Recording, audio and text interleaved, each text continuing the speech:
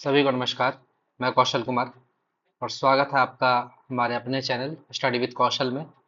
और हम जो पढ़ रहे थे बायोलॉजी का सेशन, उसमें आज हम लोग पढ़ने वाले हैं नर्वस सिस्टम यानी कि तंत्रिका तंत्र। ठीक है।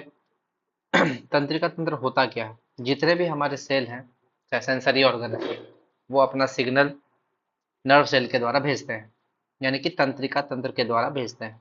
कहाँ पर भेजते हैं? ब्रेन को भेजते हैं, एक इंफॉर्मेशन के रूप में भेजते हैं और इलेक्ट्रिक सिग्नल के थ्रू भेजते हैं। यानी कि ये सेंसरी ऑर्गन कुछ भी हो सकता है, आँख हो सकता है, कान हो सकता है, नाक हो सकता है। उसके द्वारा कलेक्ट किए गए इंफॉर्मेशन को ब्रेन तक पहुंचाता है तथा ब्रेन उस इंफॉर्मेशन को इंटरप्रेट करके उसी के अकॉर्डिंग डिफरेंट बॉडी पार्ट्स को सिग्नल भेज देता है। जैसे यहाँ समझाते हैं, देखिए। ऑल्फैक्टरी नर्व, ये सूंघने के लिए यूज होता है। सूंघने के लिए यूज होता है, ये एक ऐसा नर्व है जो सूंघने के लिए यूज होता है। जैसे मान लीजिए कि किसी दिन चिकन बना है, आप कैसे बता देते हैं कि चिकन बना है? वो आपके नाक के थ्रू ऑल्फैक्टरी नर्व में जाता है और ये ऑल्फैक्टरी नर्व में वो इंफॉर्मेशन बन के जाता है। जो आप सूंघ रहे हैं वो इंफॉर्मेशन बन के जाता है और कहाँ जाता है? ब्रेन के पास। ब्रेन क्या करेगा? उस इंफॉर्मेशन को इंटरप्रेट कर देगा, यानी कि समझा देगा। तो ब्रेन समझा के बोलेगा, अरे जो तुम्हारे नाक में जो गंध आई है वो चिकन की है या किसी और अगरबत्ती का है, तो अगरबत्ती बता देगा। जो भी गंध है वो ब्रेन इंटरप्रेट करेगा और उसके अकॉर्डिंग डिफरेंट बॉडी पार्ट्स को सिग्नल भेज देगा। यही है हमारा नर्वस सिस्टम, इसका काम ही यही है। जैसे मान लीजिए कि आपको सुई गड़ी, पैर में क्या गड़ी? सुई गड़ी। तो आप तुरंत पैर झटके से पीछे हटा लेते हैं। तो ये क्या है? ब्रेन बताता है आपको। ब्रेन ब्रेन इंटरप्रेट करता है, अरे आप जो भी आपको गड़ा है वो सुई है, पैर को खतरा हो सकता है, पैर हटा लेता है वापस। तो ये है आपका सिस्टम, नर्वस सिस्टम। आगे बढ़ते हैं। In our body information travels in electrical impulse, बताए थे। विद्युत आवेग के द्वारा ये जाता है सिग्नल। सिग्नल जो है डिफरेंट बॉडी पार्ट्स में विद्युत आवेग के द्वारा जाता है। यानी कि जो भी सिग्नल जाएगा, जैसे ये ऑल्फैक्टरी नर्व है सूंघने के लिए, तो वो इलेक्ट्रिकल सिग्नल के रूप में ब्रेन में जाएगा। इलेक्ट्रिकल सिग्नल, ये भी आपसे क्वेश्चन पूछता है, किस फॉर्म में जाएगा? इलेक्ट्रिकल सिग्नल के फॉर्म में। जैसे ऑप्टिक नर्व होता है देखने के लिए, जब आप कोई चीज़ देखते हैं, जैसे मान लिया आप पहाड़ देख रहे हैं, पहाड़ देख रहे हैं, तो ये क्या करेगा?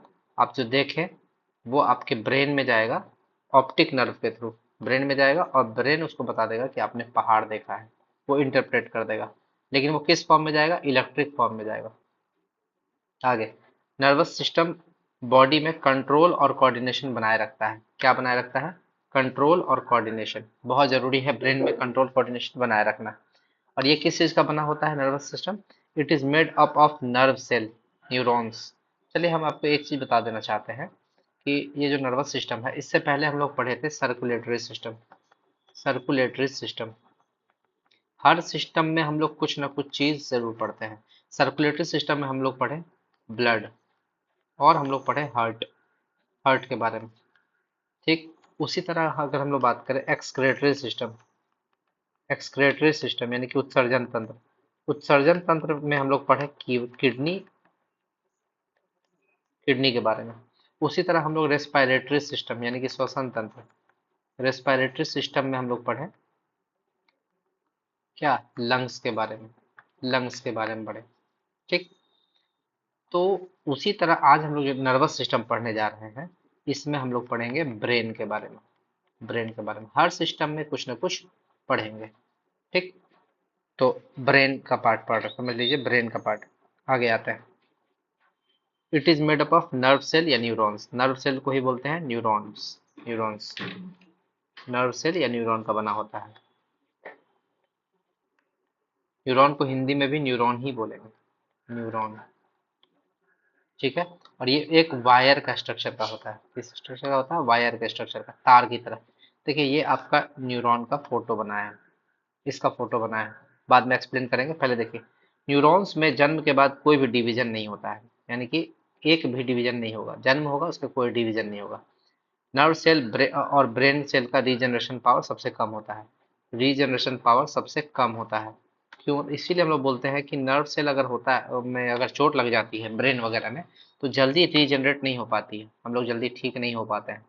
क्यों? क्योंकि उसमें जन्म के बाद कोई भी डिवीजन नहीं होगा, यानी कि सेल डिवीजन होता है तब ना उसका विस्तार होता है या वो ठीक होता है। ठीक, ये अगर बोले कि नर्व सेल और ब्रेन का रीजनरेशन पावर सबसे कम होता है, आपसे पूछेगा किसका रीजनरेशन पावर सबसे ज्यादा होता है, तो ब्रेन सॉरी लीवर का, लीवर का रीजनरेशन पावर सबसे ज्यादा होता है। इसलिए लीवर ठीक होने का चांस सबसे ज्यादा, दवाई से भी ठीक हो जाता है, या आपका खान पान ठीक होगा तो भी ठीक हो जाएगा। ये हमारा नर्व सेल का फोटो है, न्यूरॉन का। इसमें आप ये देख रहे हैं, ये वाला जो गोल गोल पार्ट दिख रहा है, ये है माइटोकॉन्ड्रिया, माइटोकॉन्ड्रिया। और ये बीच वाला पार्ट है, इसको बोलते हैं न्यूक्लियस। ठीक, और ये जो बाहर में जो ऐसे ऐसे पत्ता जैसा जो दिख रहा है, निकला हुआ सुई जैसा नुकीला, इसको बोलते हैं डेंड्राइट, बोलते हैं डेंड्राइट, डेंड्राइट। और यहाँ से यहाँ तक का पार्ट है, ठीक, इसको बोलते हैं एक्सॉन, एक्सॉन। ठीक, बीच में जैसे इसके बीच में क्या होगा, इसके बीच में गैप दिख रहा है, इसको बोलते हैं नोड, गैप को क्या बोलते हैं, नोड। गैप दिख रहा है उसको नोड बोलते हैं। और ये जो किनारे किनारे निकला हुआ है, किनारे किनारे ऐसे, तो ये इस पार्ट को बोलते हैं एक्सॉन टर्मिनल, एक्सॉन टर्मिनल। और ये जो सबसे लास्ट वाला पॉइंट, इंड वाला पॉइंट है, ये सब में इंड वाला पॉइंट है, इसको बोलेंगे साइनेप्स, साइनेप्स। ठीक,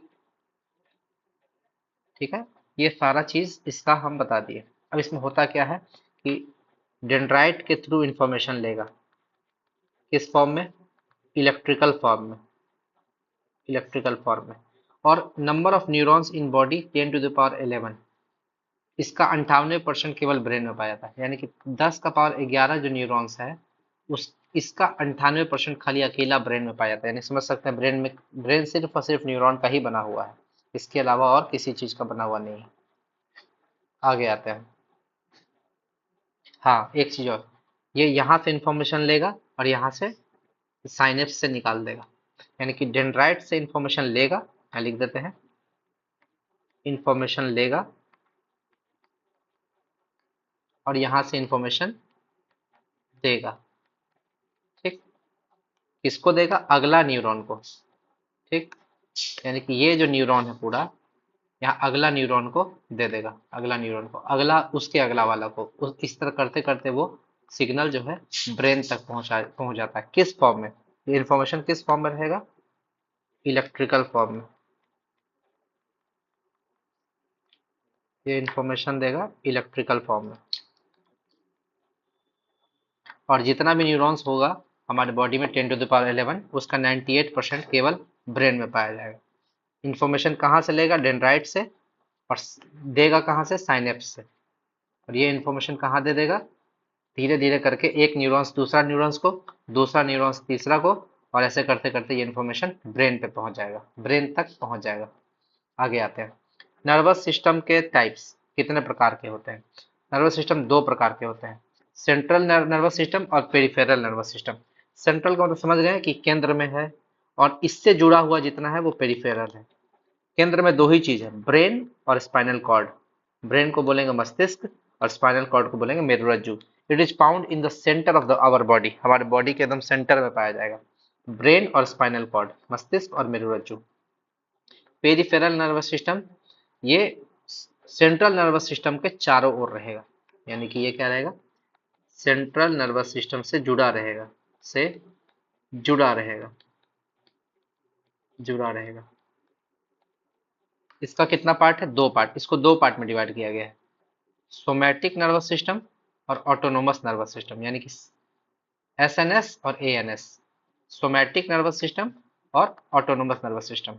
अब देखिए इसमें दो पार्ट में डिवाइड क्यों किया गया, ऐसा जो पार्ट हम लोग के बॉडी का जो पार्ट है जो वॉलंटरी ऑर्गन से जुड़ा हुआ है, मतलब सेंट्रल नर्वस सिस्टम से वॉलंटरी ऑर्गन्स तक जो भी सिग्नल जाएगा या जो जुड़ा हुआ है, उसको बोलेंगे सोमैटिक नर्वस सिस्टम। जैसे हम लोग हाथ अपने इच्छा से हिला लेते हैं, ठीक है, अपने इच्छा से हम लोग हाथ हिला लेते हैं, तो वो हो गया आपका सोमैटिक नर्वस सिस्टम। या हम लोग अपना पैर इच्छा से हिला लेते हैं, ठीक है, तो वो वॉलंटरी ऑर्गन से जो भी जुड़ा हुआ, आँख की पलके झपक लेते हैं अपनी इच्छा से, तो वो हो गया आपका somatic nervous system.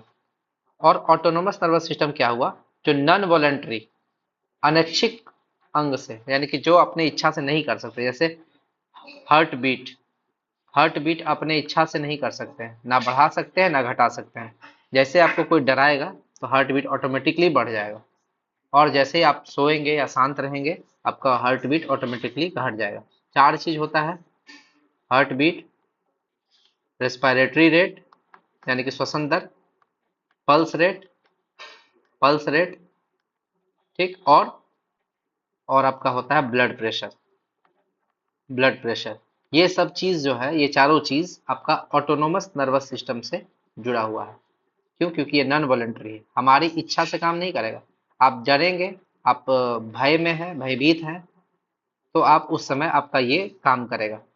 Somatic nervous system का दो पार्ट है, क्रेनियल नर्व और स्पाइनल नर्व।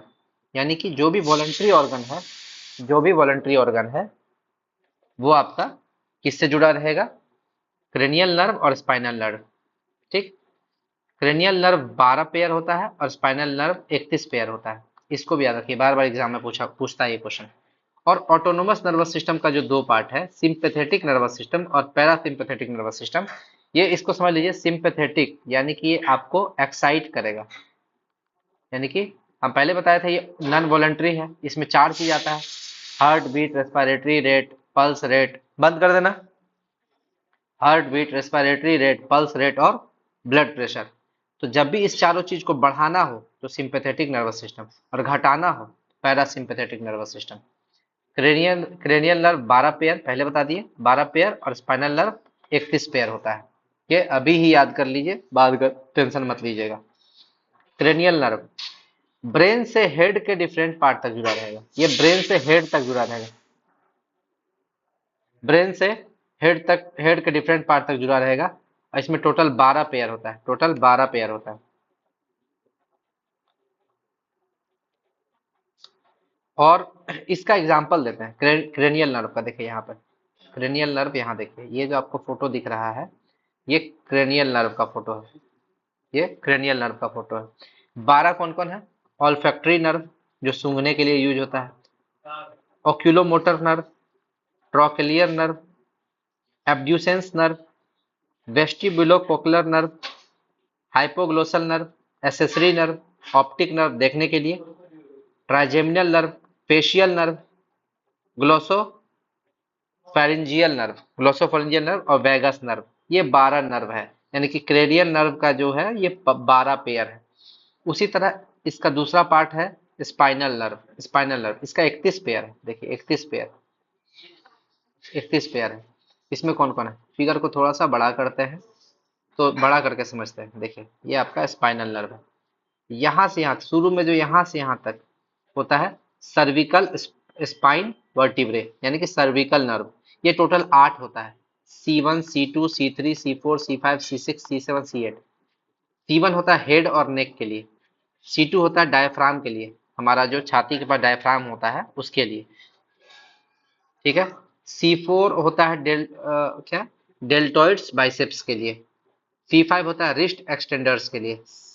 C6 और C7 होता है ट्राइसेप्स के लिए, और C8 होता है हैंड्स के लिए। उतना डिटेल में आपको नहीं पढ़ना है, बस आपको ये याद रखना है कि सर्विकल नर्व टोटल 8 होता है, C1 से लेके C8। उसके बाद आता है थ्रोइक नर्व, थ्रोइक नर्व जो कि चेस्ट मसल और एब्डोमिनल मसल है। ये टोटल T1 से लेकर T12 तक होता है, थ्रोइक मसल नर्व, ठीक है। उसके बाद आता है लंबर नर्व, लंबर नर्व आपका 5 होता है, L1 से लेके L5 तक। उसके बाद होता है आपका सैक्रल नर्व जो कि S1 से S5 तक होता है। उसके बाद लास्ट में कॉकिक्स से रिलेटेड होता है, कॉकिक्सियल नर्व। ये आपका एक मात्र होता है, एक। तो इसका मतलब आप अगर इसको देखें ट्रिक से, तो C8, T12, L5, S5, C1, इसको फॉर्मूला की तरह याद कर लीजिए, C8, T12, L5, S5, C1। यानी कि C हो गया, पहला वाला C जो है वो है आपका सर्विकल नर्व जो कि 8 होता है।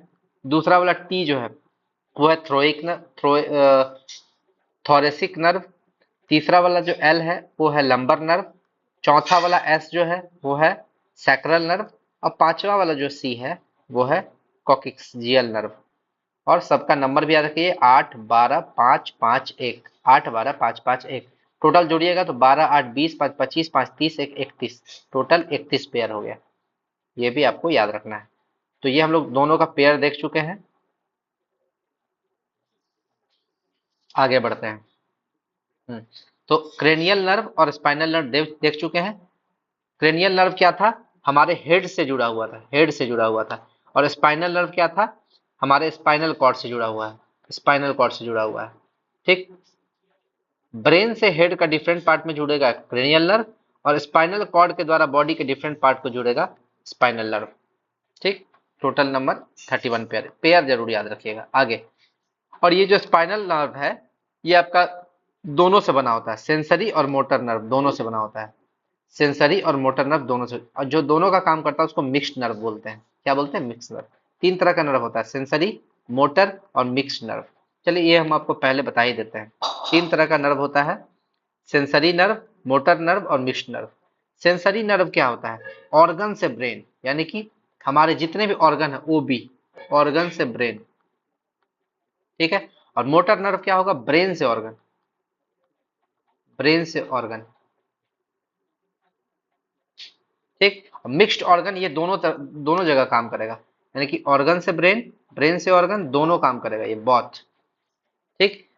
और जितना भी स्पाइनल नर्व है वो मिक्स्ड होता है, पहले ही बता चुके हैं, पहले बता चुके हैं कि स्पाइनल नर्व जो है वो आपका सेंसरी भी हो सकता है, मोटर नर्व भी हो सकता है, यानी कि मिक्स्ड नर्व। कितना है टोटल स्पाइनल नर्व, 31 पेयर, और ये 31 पेयर क्या है, मिक्स्ड है। क्या है, मिक्स्ड है। चलिए आगे बढ़ते हैं। सिंपैथेटिक हम बता चुके हैं, सिंपैथेटिक नर्वस सिस्टम यानी कि एक्साइट करने के लिए, जैसे ब्लड प्रेशर ये सब बढ़ाने के लिए, रेस्पिरेटरी रेट बढ़ाने के लिए, पल्स रेट बढ़ाने के लिए और हार्ट बीट बढ़ाने के लिए। ठीक। और पैरासिम्पैथेटिक नर्वस सिस्टम का काम क्या है, उसको घटाने के लिए।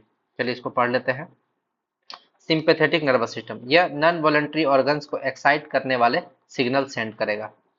It directs the body's rapid involuntary response to dangerous और स्ट्रेसफुल सिचुएशन। जब भी आप डर जाइएगा, या आपको अगर पीछे से कोई क्या बोलते हैं डरा दिया गेट के किनारे से, या आप कोई खतरनाक जगह पर जाइएगा, या आपका सिचुएशन ऐसा हो, रिजल्ट आने वाला है किसी चीज का, एग्जाम का, उस समय आपका क्या होगा, हार्ट बीट वगैरह सब बढ़ जाएगा। हार्ट बीट, रेस्पिरेट, चार चीज बढ़ेगा आपका, blood pressure, pulse rate, heart beat, और एक होता है respiratory rate, R R, respiratory rate. ये भी आपका बढ़ जाएगा, एक्साइट हो जाएगा।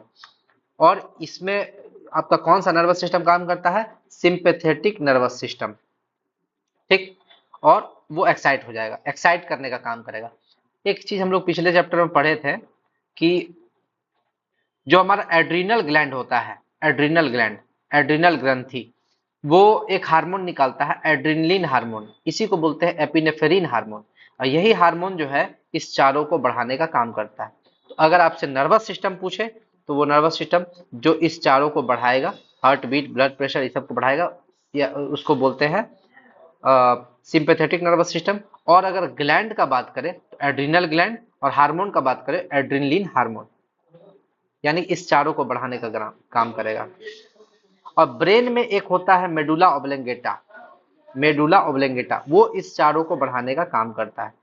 इससे रिलेटेड कौन हो जाएगा, ब्रेन का कौन सा पार्ट हो जाएगा, हिंड ब्रेन, यानी कि पश्च ब्रेन, पीछे वाला ब्रेन। ठीक है। हिंड ब्रेन में एक होता है medulla oblongata,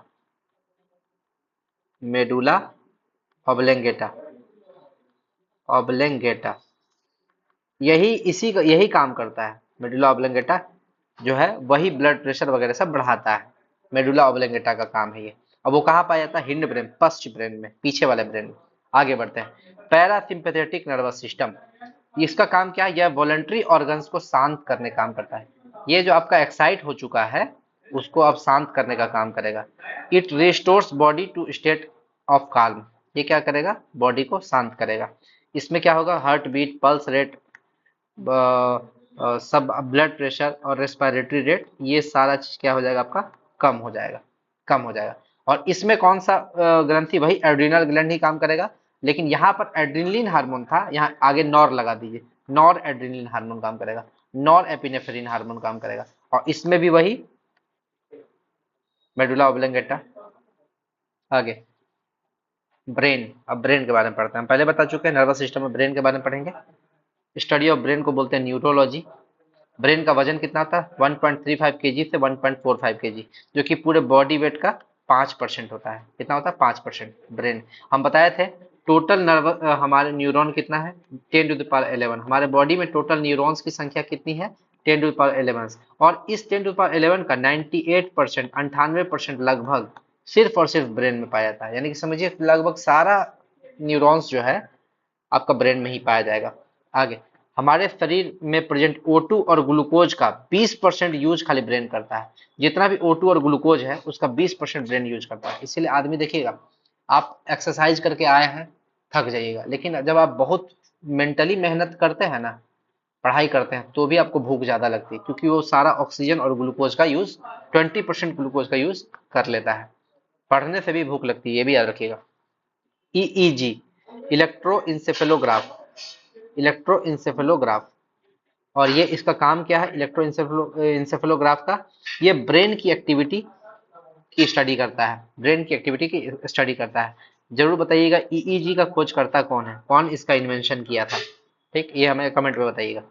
national brain research institute Manesar Gurugram में है, मानेसर गुरुग्राम में, national brain research institute Manesar Gurugram में है। नर्व सेल की डेथ को biological death of a person कहा जाता है, यानी कि अगर किसी के सेल का नर्व सेल अगर मर जाए तो हम लोग क्या बोल देंगे? Biological death of a person बोल देंगे, कि उस पर्सन का बायोलॉजिकल डेथ हो चुका है। ये क्वेश्चन बार बार पूछा हुआ है, रिपीट मारा हुआ है। सबसे बाहरी संरक्षक हमारा क्या है? क्रेनियम, कपाल, क्रेनियम कपाल है। गेट हटा देना सूरज। अब देखिए क्रेनियम के बारे में देख लेते हैं। क्रेनियम कपाल, ठीक, इसमें देखिएगा, इसमें आपका यहाँ पर ब्रेन है, अंदर में ब्रेन सुरक्षा है। देखिए यहाँ पर इतना दूर तक ब्रेन, इतना दूर तक ब्रेन, ये है आपका फोर ब्रेन, सबसे बड़ा, लगभग 2/3 पार्ट, ब्रेन का 2/3 पार्ट, यानी कि लगभग 66% अकेला फोर ब्रेन होता है। सबसे बड़ा पार्ट है ये बीच, ये फोर ब्रेन। फिर आता है मिड ब्रेन, फिर आता है हिंड ब्रेन, 3 पार्ट है। तो इसमें आपका देखिएगा, आपका मेनिंग्स, ये जो लेयर यहाँ पे दिख रहा है, इस लेयर को बोलते हैं मेनिंग्स। और ये जो इसके बाहर में, ये बाहर में जो ये दिख रहा है, ये आपका क्रेनियम, कपाल। कपाल जो है ब्रेन का सुरक्षा करता है।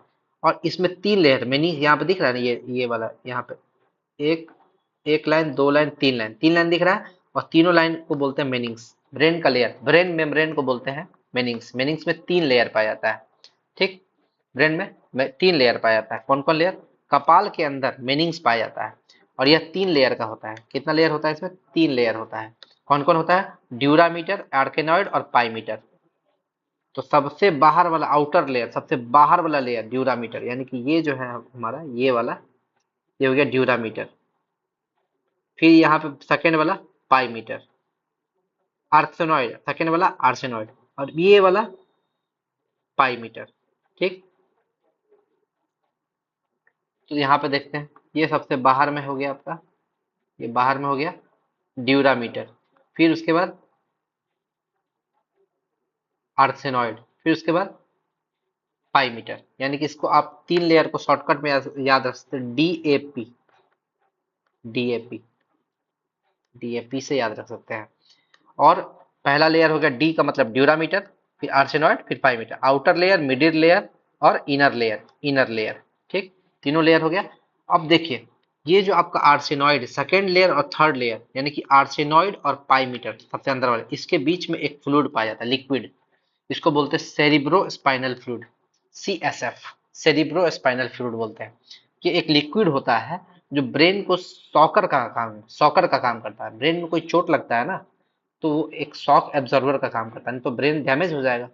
तो ये लिक्विड जो है यहाँ पर इसके बीच में, और ये याद रखिएगा सेकेंड और थर्ड लेयर के बीच में पाया जाता है, यानी कि सेकेंड और थर्ड, ये आर्सेनॉइड और पाई, इसके बीच में आपका क्या पाया जाएगा? सीएसएफ, सेरिब्रो स्पाइनल फ्लूइड, ठीक। इसका कार्य क्या है? ब्रेन तक ऑक्सीजन पहुंचाना। ये तीनों लेयर का काम है ब्रेन तक ऑक्सीजन पहुंचाना। आर्सेनॉइड और पाइमीटर के बीच में एक फ्लूइड पाया जाता, बता दिए हैं, जिसे हम सीएसएफ बोलते हैं, सेरिब्रो स्पाइनल फ्लूइड।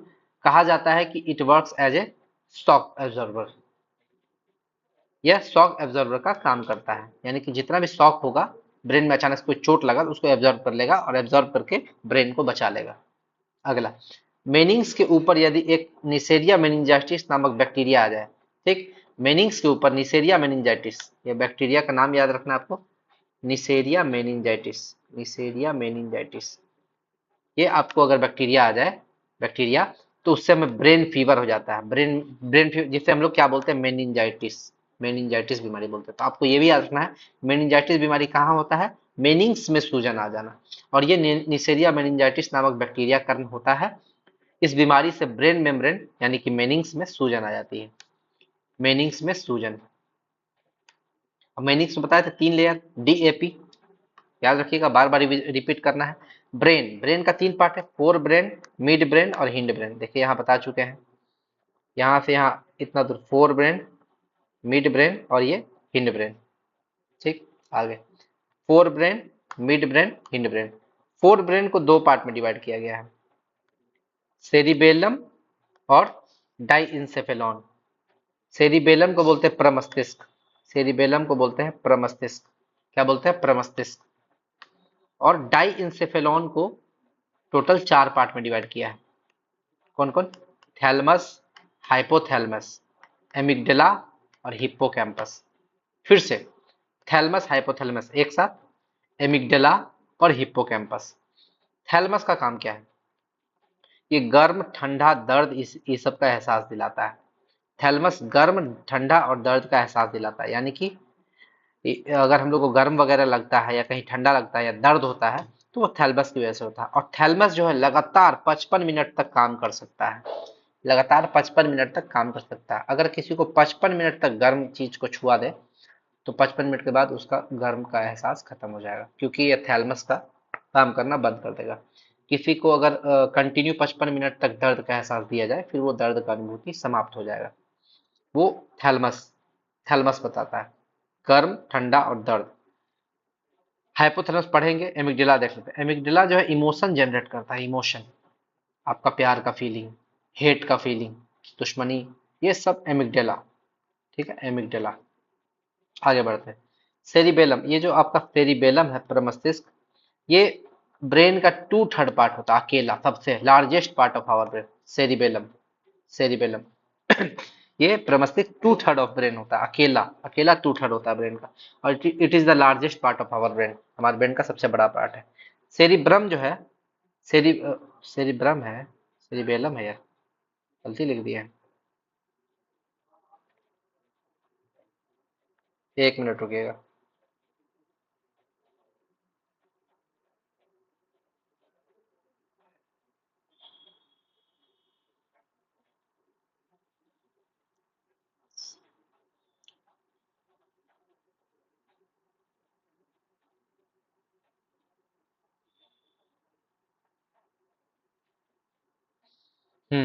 ये सेरिब्रम है, यहाँ पे गलती से सेरिबेलम लिख दिया है, यहाँ पे, यहाँ सुधार कर दीजिएगा, सेरिब्रम।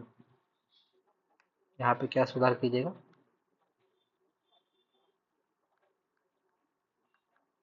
सेरिब्रम, प्रमस्तिष्क।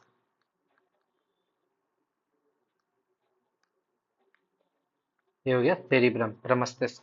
ठीक है, तो ये आपका सुधार हो गया। चलिए, सेरिब्रम ये अकेला आपका 2/3 पार्ट ऑफ ब्रेन है और ये लार्जेस्ट पार्ट ऑफ हमारा ब्रेन का है। ठीक है, इसका 2 पार्ट है, इसका 2 पार्ट है। कौन कौन? मान लीजिए कि हमारा सेरिब्रम है, ठीक, सेरिब्रम है, इसके बीच में एक डिवाइजर होता है, जो कि आपका लेफ्ट हेमीस्फेयर और राइट हेमीस्फेयर को डिवाइड करता है। अब बताइए लेफ्ट हम लोग इधर साइड क्यों लिखे हैं? अगर ब्रेन का फ्रंट पार्ट जो लिया जाए उसका लेफ्ट इधर होगा, राइट इधर होगा। हम लोग ब्रेन को देख रहे हैं इधर से। मान लीजिए कि ब्रेन को हम लोग पीठ तरफ से देख रहे हैं, पीठ तरफ से, यानी कि हम जिधर फेस किए वो भी उधर फेस किया हुआ, तो लेफ्ट यही होगा ना, है ना। लेकिन अगर हम इसको फ्रंट पार्ट से देख रहे हैं, यानी कि हम उसके तरफ फेस किए, वो व्यक्ति हमारे तरफ फेस किया हुआ है, तो ब्रेन का लेफ्ट पार्ट इधर होगा, राइट पार्ट इधर होगा। ठीक है, आगे आते हैं। और यहाँ पर आपका क्या होगा? एक डिवीजर होगा दोनों का, लेफ्ट हेमिस्फेयर राइट हेमिस्फेयर का। इसको बोलते हैं कार्पस कॉलेसियम, कार्पस कॉलेसियम, ये भी याद रखिएगा। लेफ्ट हेमिस्फेयर और राइट हेमिस्फेयर का डिवीजर क्या होगा? कार्पस कॉलेसियम। राइट हेमिस्फेयर का काम क्या है? देखिए, एक चीज समझ लीजिएगा, ये जो राइट हेमिस्फेयर है ये बॉडी का लेफ्ट पार्ट को कंट्रोल करता है। यानी कि हमारा ब्रेन का जो लेफ्ट पार्ट है बॉडी का राइट पार्ट को कंट्रोल करेगा, और ब्रेन का राइट पार्ट हमारे बॉडी का लेफ्ट पार्ट को कंट्रोल करेगा। यानी कि जो हमारा हम अपना अगर बायां हाथ उठा रहे हैं, लेफ्ट हैंड उठा रहे हैं ऊपर, तो ये समझ लीजिए ब्रेन का राइट पार्ट की वजह से हो रहा है। और हम अगर अपना राइट हाथ उठा रहे हैं ऊपर, तो ब्रेन का लेफ्ट पार्ट की वजह से हो रहा है। ठीक है, अपोजिट वाला को ये कंट्रोल करता है। यह हमारे बॉडी के लेफ्ट पार्ट को कंट्रोल करता है, यानी कि राइट हेमिस्फीयर जो है वो लेफ्ट पार्ट को कंट्रोल करेगा। और यह जो है art, thinking, creativity, writing skill और पेंटिंग, इतना चीज को के लिए उत्तरदायी होता है। यानी कि राइट हेमिस्फीयर जो है आर्ट के लिए, थिंकिंग के लिए, क्रिएटिविटी के लिए, राइटिंग स्किल के लिए और पेंटिंग के लिए उत्तरदायी होता है। और मोर डेवलप्ड इन फीमेल्स, और ये जो है राइट हेमिस्फीयर ये ज़्यादा डेवलप होता है किसमें, फीमेल में। ये पार्ट बड़ा होगा, ये पार्ट बड़ा होगा फीमेल में, और ये पार्ट छोटा होगा। राइट हेमिस्फीयर बड़ा होगा, लेफ्ट हेमिस्फीयर छोटा होगा। ठीक, इसीलिए देखिएगा महिला लोग आर्ट में अच्छी होती है, कला में, थिंकिंग में अच्छी होती है, सोचने समझने में, क्रिएटिविटी में अच्छी होती है, राइटिंग स्किल्स, लिखने का शैली अच्छा होता है, पेंटिंग अच्छा होता है, पेंटिंग वगैरह अच्छा करती है। उसी तरह अगर लेफ्ट हेमिस्फीयर का बात करें, लेफ्ट हेमिस्फीयर तो ये बॉडी के राइट पार्ट को कंट्रोल करता है, उल्टा राइट पार्ट को, यानी कि राइट हैंड उठा रहे हैं, राइट पैर उठा रहे हैं, ठीक है, उसको कंट्रोल करेगा। यह एप्टीट्यूड, यह क्या करेगा, एप्टीट्यूड, एप्टीट्यूड, रीजनिंग, इंटेलिजेंस और मैथमेटिकल एबिलिटी के लिए उत्तरदायी होता है। यानी कि देखिए, और ये मोर डेवलप्ड होता है मेल में, यानी कि लड़का लोग में। इसलिए लड़का लोग का एप्टीट्यूड अच्छा होता है, रीजनिंग अच्छा होता है, इंटेलिजेंस अच्छा होता है और मैथमेटिकल एबिलिटी अच्छा होता है। एक सबसे इंपॉर्टेंट वाला बात यह है कि फीमेल जो है वो दोनों हेमिस्फीयर का प्रयोग एक साथ कर सकती है, यानी कि लेफ्ट हेमिस्फीयर और राइट हेमिस्फीयर दोनों का यूज एक साथ कर सकती है। यानी कि वो एक साथ आर्ट, थिंकिंग, क्रिएटिविटी, इंटेलिजेंस सब का यूज कर सकती है। लेकिन मेल जो है एक बार में केवल एक ही हेमिस्फीयर का यूज कर सकता है। अब मान लीजिए क्रिएटिविटी, थिंकिंग वाला, अगर मान लीजिए किसी लड़का को लव हो गया किसी लड़की से, ठीक है, तो ब्रेन का वो एक ही पार्ट यूज कर पाएगा, या तो लव करेगा या तो वो math, reasoning, intelligence, mathematical ability पर वर्क करेगा, ठीक है, दोनों का एक साथ यूज नहीं कर पाएगा। तो वो क्या होता है, लव के चक्कर में रह जाएगा, उसका पढ़ाई गोल। लेकिन महिला के साथ क्या होता है, महिला के साथ क्या होगा कि वो दोनों का यूज एक साथ कर लेगी, यानी कि लव भी कर लेगी और पढ़ाई भी कर लेगी, दोनों एक साथ। लड़का केवल एक कर सकता है, ये अगर लड़की धोखा दे दे, लड़की अगर उसको धोखा दे दे तो लड़का क्या करेगा, अपना एक ही हेमिस्फीयर का यूज बढ़िया से करेगा और यूपीएससी निकाल देगा, है ना। मेरा इंतकाम देखेगी, वही वाला। चलिए ये तो मजाक था, लेकिन इसको याद करने का यही तरीका है। आगे बढ़ते हैं। हाइपोथैलेमस, अब देखिए यहाँ पे हम लोग क्या पढ़े थे, थैलेमस, हाइपोथैलेमस, एमिगडाला और हिप्पोकैम्पस, ठीक, ये दोनों पढ़ चुके हैं, सेरिब्रम पढ़ चुके हैं। आगे बढ़ते हैं। हिप्पोकैम्पस, हाइपोथैलेमस, हाइपोथैलेमस जो है यह भूख, प्यास, संतृप्ति का एहसास दिलाता है। हम पहले ही बता चुके हैं कि हाइपोथैलेमस जो है इसमें दो सेंटर होता है, फीडिंग सेंटर, खिलाने का केंद्र, और सैटिएटी सेंटर, सैटिएटी सेंटर।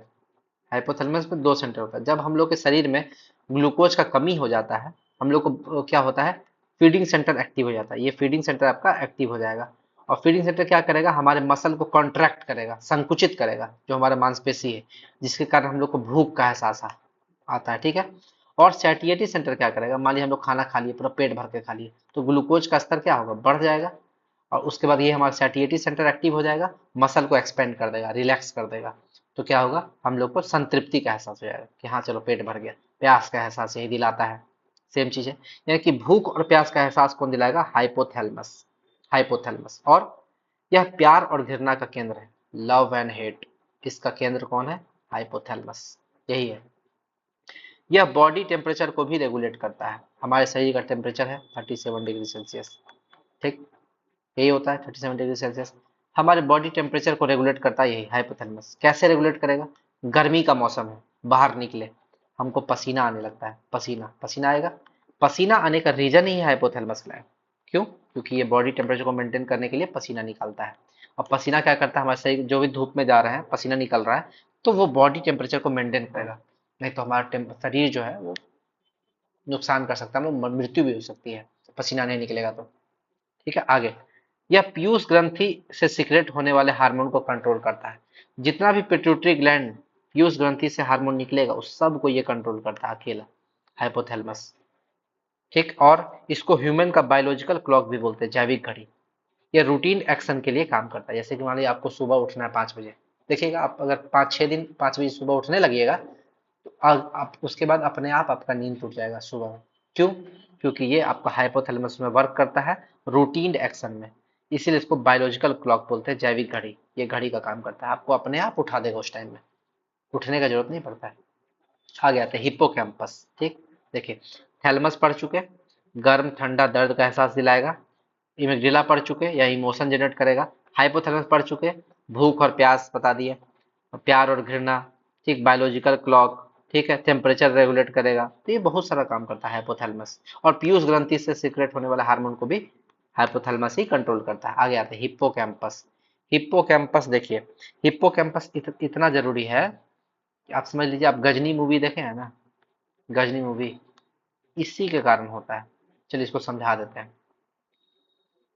हिप्पोकैम्पस ये क्या करता है, शॉर्ट टर्म मेमोरी को लॉन्ग टर्म मेमोरी में कन्वर्ट करता है। एसटीएम यानी कि शॉर्ट टर्म मेमोरी, एलटीएम यानी कि लॉन्ग टर्म मेमोरी। और शॉर्ट टर्म मेमोरी को लॉन्ग टर्म मेमोरी में कन्वर्ट करने के लिए किसका यूज करता है, किसका हेल्प लेता है, न्यूरोट्रांसमीटर। न्यूरोट्रांसमीटर की मदद लेता है, यह कार्य वह न्यूरोट्रांसमीटर की मदद से करता है। ठीक, यदि हमारे शरीर में न्यूरोट्रांसमीटर की कमी हो जाए, इसका कमी हो जाए, तो व्यक्ति शॉर्ट टर्म मेमोरी को लॉन्ग टर्म मेमोरी में कन्वर्ट नहीं कर पाएगा, जिसकी वजह से हम लोग को क्या हो जाएगा, यादाश्त की कमी हो जाएगी, भूलने लगेंगे हम लोग, यादाश्त की कमी हो जाएगी। और हम लोग को एल्जाइमर रोग हो जाएगा। आपसे पूछ सकता है एल्जाइमर रोग क्यों होता है, तो न्यूरोट्रांसमीटर की कमी हो जाने के कारण, न्यूरोट्रांसमीटर की कमी हो जाने के कारण। वर्ल्ड एल्जाइमर डे 21 सितंबर को मनाया जाता है, 21 सितंबर को मनाया जाता है। आगे गजनी मूवी का बात करते हैं। आमिर खान को सिर में चोट लगने के कारण इंटीग्रेटेड एमनेसिया हो गया था उसको, शॉर्ट टर्म मेमोरी लॉस, देखे होंगे। ठीक है, और इसमें क्या होता है, गजनी मूवी में मेमोरी लॉस हो जाता है, आपको कंफ्यूजन हो जाता है, inability to recognise similar faces या पैटर्न। आप अगर सेम टाइप का आदमी को देख रहे हैं ना, जैसे हम बचपन में क्या होता था कि इमरान हाशमी और हिमेश रेशमिया में कंफ्यूज कर जाता था, हमको लगता था दोनों सेम आदमी है ना, दोनों एक ही आदमी है, फेस सिमिलर फेस, चेहरा एक जैसा है तो लगता था सेम आदमी है। तो inability to recognise similar faces, इस बीमारी में तो आपको जहां भी हल्का फुल्का भी फेस मिला तो वो कंफ्यूज कर जाएगा कि है कौन, है ना, और कंफ्यूजन होगा और मेमोरी लॉस हो जाएगा। जब व्यक्ति ठीक हो जाता है तो उसे इस फेज का कुछ भी याद नहीं रहता है। जैसे मान लीजिए कि अगर मान लीजिए किसी को शॉर्ट टर्म मेमोरी लॉस है, ठीक है, और उसके बाद वो उससे उबर जाता है, ठीक हो जाता है, तो जो उस जब वो उस फेज में था उसका उसको एक पर कुछ भी चीज याद नहीं रहेगा, बट हमको तो याद ही नहीं कि हम इस फेज में थे, वो उसको याद ही नहीं रहेगा। ठीक है, तो ये गजनी मूवी का आमिर खान को इंटीग्रेटेड एमनेसिया हो गया था। आगे आता है मिड ब्रेन। मिड ब्रेन का बात करें तो ये शॉर्टेस्ट पार्ट ऑफ ब्रेन है। सबसे बड़ा होता है फोर ब्रेन, और सबसे छोटा होता है मिड ब्रेन। मिड ब्रेन सबसे छोटा होता है। आगे इसमें एक कॉर्पोरा क्वाड्रिजेमिना नामक हिस्सा पाया जाता है। इसमें एक ही चीज इंपॉर्टेंट है मिड ब्रेन में, कॉर्पोरा क्वाड्रिजेमिना। यह देखने और सुनने के लिए उत्तरदायी होता है, बस।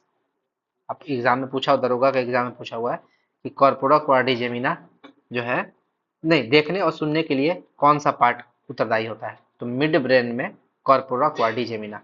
आगे आते हैं हिंड ब्रेन, यानी कि पश्च ब्रेन, पश्च मस्तिष्क।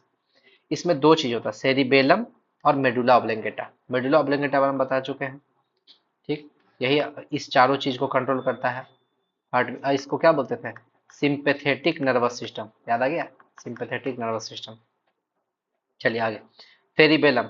सेरिबेलम क्या होता है, ये मस्कुलर एक्टिविटी को कंट्रोल करता है, मसल की एक्टिविटी को, और बॉडी में बैलेंस भी बनाता है। देखिए इतना जरूरी है, देखो बहुत जरूरी है ये मस्कुलर एक्टिविटी को कंट्रोल करता है और बॉडी में बैलेंस बनाता है। जब कोई व्यक्ति अल्कोहल पिया हुआ होता है, जब अल्कोहल पी लेता है तो उसका सेरिबेलम इफेक्ट होता है, सेरिबेलम प्रभावित होता है, यानी कि उसका बॉडी में बैलेंस ही नहीं हो पाएगा। वो बोलेगा नाली में नहीं गिरना है, नाली में नहीं गिरना है, आपको पता चलेगा नाली में गिरा हुआ है। उसका बॉडी में बैलेंस ही नहीं हो पाता है। क्यों? क्योंकि उसका सेरिबेलम जो है, जो बॉडी में बैलेंस बनाता है, वही प्रभावित हो जाता है। ठीक, डिसबैलेंस हो जाता है उसका बॉडी। क्यों? क्योंकि सेरिबेलम प्रभावित होता है। आगे आते हैं मेडुला ऑब्लेंगेटा। मेडुला ऑब्लेंगेटा को निगलने और उगलने का केंद्र बोलते हैं। ये पहला पॉइंट पूछता है कि आपके बॉडी ब्रेन के किस पार्ट को निगलने और उगलने का केंद्र बोलते हैं, मेडुला ऑब्लेंगेटा। कहाँ पाया जाता है, हिंड ब्रेन, यानी कि पश्चिम मस्तिष्क, पश्चिम मस्तिष्क, पश्चिम मस्तिष्क में पाया जाता है। और ये रेगुलेट किसको करता है, heart beat, respiratory rate, pulse rate, blood pressure, यानी कि इसको रेगुलेट करता है, यानी कि इसको बढ़ाना और इसको घटाना दोनों इसी का काम है। बढ़ाने में कौन होता है बताए थे, sympathetic nervous system. Sympathetic nervous system excite करता है, और घटाने में पैरासिम्पैथेटिक। देखिए हम लोग यहाँ पढ़ चुके हैं, कोई नॉर्मल चीज नहीं है, मतलब कि ऐसा नया नहीं बता रहे हैं। देखिए यहाँ पे सिंपैथेटिक नर्वस सिस्टम, ये नॉन वॉलंटरी एक्शन एक्साइट करने काम करता है, यानी कि blood pressure, pulse rate, heart beat सबको बढ़ाएगा। और इसमें आपको ग्लैंड में बात करें, एड्रिनल ग्लैंड, या हार्मोन में बात करें तो एड्रिनलिन हार्मोन या एपिनेफ्रिन हार्मोन। और अगर आपको ब्रेन का पार्ट करें तो ब्रेन में हिंड ब्रेन में पाया था मेडुला ऑब्लोंगेटा, ये हम पहले ही बता चुके हैं। तो ये आपका हिंड ब्रेन भी लगभग लगभग खत्म हो गया। आगे आते हैं स्पाइनल कॉर्ड। स्पाइनल कॉर्ड को बोलते हैं मेरुरज्जु, ठीक है। इसका मुख्य काम क्या है? ब्रेन से बॉडी पार्ट के बीच में ब्रेन और बॉडी पार्ट के बीच में कम्युनिकेट करना। जैसे कि मान लीजिए कि आपको यहाँ पर ब्रेन है, यहाँ पर आपको स्पाइनल कॉर्ड है, और ये बॉडी, मान लीजिए बॉडी का कोई पार्ट है, मान लीजिए पैर है, पैर, फिट, ठीक है। पैर में आपको सुई गड़ गया, ठीक है। तो ये बताएगा स्पाइनल कॉर्ड को, स्पाइनल कॉर्ड बताएगा ब्रेन को, ब्रेन इसको सिग्नल देगा और ये इसको बोलेगा कि भाई सुई गड़ा है, पैर हटा लो, तो आदमी पैर खींच लेता है। देखते हैं सुई गड़ता है तुरंत पैर खींचता है, यानी कि कितना स्पीड इसका, टू मच स्पीड, स्पीड बहुत ज्यादा होता है। ये एक अपना कम्युनिकेशन करने के लिए बहुत ज्यादा स्पीड होता है इसका, ठीक है। आपको आपका अगर हाथ में क्या बोलते हैं, गर्म चीज से आपका लग गया, या आपका आग पर अगर हाथ चला गया गलती से, फायर पर, अब देखिए हाथ कितना जल्दी खींचता है। यानी कि आपको गर्म लगा तो वो आपका स्पाइनल कॉर्ड में गया, स्पाइनल कॉर्ड से आपका ब्रेन में गया, ठीक। ब्रेन सिग्नल भेजा कि भाई हटा लो हाथ, आदमी हाथ हटा लेता है। तो ये कितना स्पाइनल कॉर्ड जो है मेरुरज्जु कितना फास्ट काम करता है। इसका काम क्या है? संवेदनाओं को महसूस करने और मसल को हिलाने में मदद करना, ठीक। यानी कि रिफ्लेक्स एक्शन, सुई चुभा, हाथ जला, तो रिफ्लेक्स एक्शन का काम करेगा तुरंत, ठीक। और इसका पता, रिफ्लेक्स एक्शन जो है जिसको हिंदी में बोलते हैं प्रतिवर्ती क्रिया, जैसे हम लोग हाथ में सुई चुभा तुरंत हाथ हटाए, तुरंत हटाए, यानी कि उसको रिफ्लेक्स एक्शन बोलेंगे, तो रिफ्लेक्स एक्शन, ठीक है। इसका पता मार्शल हॉल ने लगाया था, मार्शल हॉल ने लगाया था। सबसे बढ़िया रिफ्लेक्स एक्शन आप देख सकते हैं कैट में, कैट कैट है ना, बिल्ली, देखिएगा एकदम तुरंत पैर से मारेगा झपट्टा, है ना। बिल्ली में देख सकते हैं रिफ्लेक्स एक्शन उसका बहुत तेज होता है, ठीक। आगे मेरुरज्जु के ऊपर, यानी कि स्पाइनल कॉर्ड के ऊपर एक कवर होता है, कवर, जिसको हम लोग क्या बोलते हैं, वर्टिब्रल कॉलम या मेरुदंड, ठीक है। इसका कार्य रिफ्लेक्स एक्शन को नियंत्रित करना है। इसी वर्टिब्रल कॉलम का काम क्या है? रिफ्लेक्स एक्शन को नियंत्रित करना है। और रिफ्लेक्स एक्शन का खोज कौन किए थे? मार्शल हॉल, मार्शल हॉल, देखिए यहाँ पे लिखा हुआ मार्शल हॉल, ठीक। तो ब्रेन इतना ही था। और आपको अगर मेरा वीडियो अच्छा लगा हो, अगर मैंने आपको अच्छा पढ़ाया है, तो आप मेरे चैनल को लाइक शेयर सब्सक्राइब जरूर कर दीजिएगा। और ज़्यादा से ज़्यादा लोगों को, अपने दोस्तों को ये वीडियो शेयर कर दीजिएगा, ताकि उन लोगों तक भी ये वीडियो पहुंच जाए